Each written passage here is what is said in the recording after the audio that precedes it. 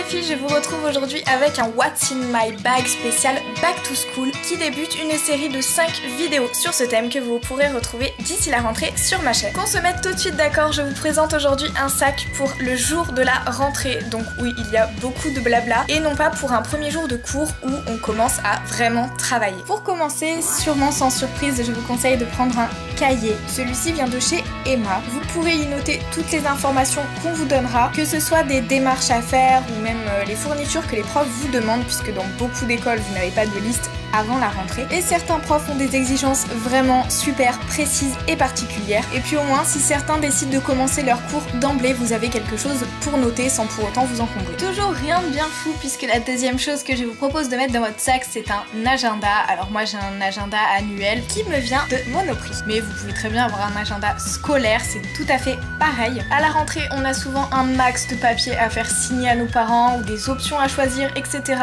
Donc c'est indispensable de l'avoir pour pouvoir noter vraiment tout ce qu'il faut faire en temps et en heure en étant sûr de ne rien oublier. On enchaîne bien sûr avec la classique trousse. Et la mienne n'a pas pour habitude d'être énormément garnie pour tout vous dire. J'y mets une gomme trouvée chez Soran, des stylos de couleurs différentes, un tube de colle UU pour tous les petits mots qu'on va devoir coller dans le sacro-saint carnet de liaison, un porte-mine Bic accompagné de mine adaptée Pilote, une règle bien usée Twist & Flex de Maped, des petits post-it organiseurs Bic et évidemment des élastiques puisqu'on n'est pas à l'abri de bouffées de chaleur, de stress. Non je rigole hein, mais on sait jamais, il peut faire très chaud. Et je range tout ça dans ma petite trousse zébrée que j'ai fait moi-même. Et ensuite je prends une petite boîte rose, vous devez bien vous demander ce que c'est. C'est en fait une petite boîte dans laquelle je mets mon labello, puisqu'à la rentrée je ne vais pas me casser la tête avec un rouge à lèvres. Là j'ai choisi la version à la pêche et en fait cette boîte est hyper pratique puisqu'il y a un miroir pour quand vous allez vous en remettre dans la journée.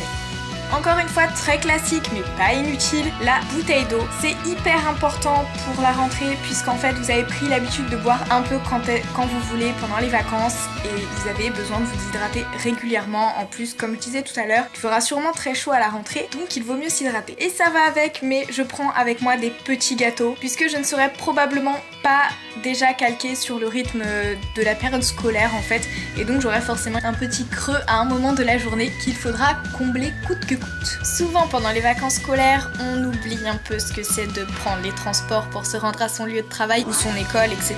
Donc il ne faut surtout pas oublier de l'occupation, et pour ma part ce sera vraiment musique, musique, musique, et je ne vais pas m'encombrer avec des jeux sur mon téléphone ou quoi, mais vraiment me vider la tête avant de reprendre les cours. And last but not least, votre portefeuille. Surtout n'oubliez pas votre carte de transport, justement, un peu de sous au cas où vous rencontrez des gens, vous voulez boire un verre ou tout simplement manger à l'extérieur le midi. Et ce sera tout pour ce que moi j'emporte dans mon sac de rentrée. N'hésitez pas à me dire ce que vous emportez avec vous, si vous prenez des choses en plus ou en moins. Et moi je vous retrouve dimanche pour une prochaine vidéo Back to School. Bisous!